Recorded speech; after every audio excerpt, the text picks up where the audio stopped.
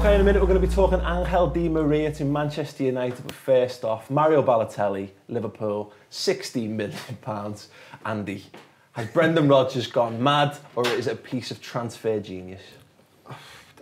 At that price, I understand why it's really tempting, but Milan were keen to get rid of him for a reason, not just to lower their wage bill, which is a constant concern of Berlusconi. He sort of bought him on a whim for, people in Italy will tell you, mainly political reasons rather than sporting ones, and can't really afford him anymore. But there's dissatisfaction with Balotelli because I don't feel that even at Milan, the club that he supported as a kid, people thought they weren't getting a lot from him. I think even with Balotelli, it's more a question of style and less a question of effort. It's something me and Ray were talking about a while ago. If you think the amount of work that Suarez does off the ball, Balotelli's never been about that. He's been about moments of individual genius. And if you think the way Liverpool ran over teams in the first 20, 30 minutes of games when they're at their very best last season, can you really imagine Balotelli being part of that sort of team and that sort of tempo? Yeah, no, it's interesting. I mean, obviously, Ray, you played with the likes of Thierry Henry, and he had quite a languid style, but I think there's a little bit of a difference, I think, or certainly in perception, between Balotelli, who comes across as lazy, perhaps, on the pitch, to the likes of that. But equally, you know, Balotelli has got a great talent. He's got a great goal-scoring record as well. Yeah. Wherever he's been, he's scored goals, and I just want to see where they're going to play him. Will he play in a Suarez role? I know good strikers have to deal with, you have a striker partner, if he's deep, you go forward. Or Sturridge, will he drop off a little bit? I still think he's got to be a main man, Sturridge. I think he's a really big season for him with the goals. Balotelli, can he play that sort of role? Will he play? I think he wants to be the highest player, so Sturridge might play that a little bit deeper, which will be really interesting to see. But certainly it is a gamble, not just for the week, you know, on a Saturday, but during the week. What's he like in training? Does he upset people? Does he upset the team spirit? And that is the big question. But Brendan Rodgers has took the gamble, and it could be a bit of a master stroke from him, because he needs a striker.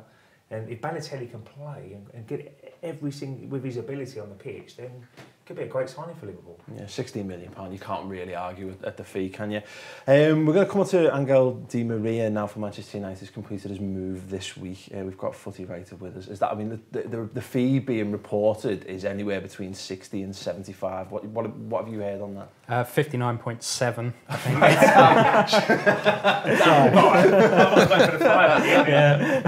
It's a lot of money. Yes. Breaking the British transfer record, which was held by Fernando Torres, who has had, he's had a bit of a torrid time. Provided excellent value for money. Yeah, for Liverpool, yeah.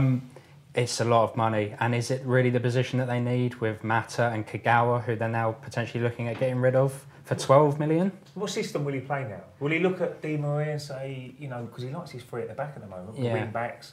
But I think they might have to change for Di Maria to get the best out of him. If you're going to spend nearly £60 million, you've got to get the best out of that player. Yeah, you have to adapt to formation around him, really. So the three at the back, I mean, Blackett is a decent young player, but not Man United standard. So adjust the formation to Di Maria to possibly play three behind Van Persie with Mata and Di Maria and whoever else you want to play out there.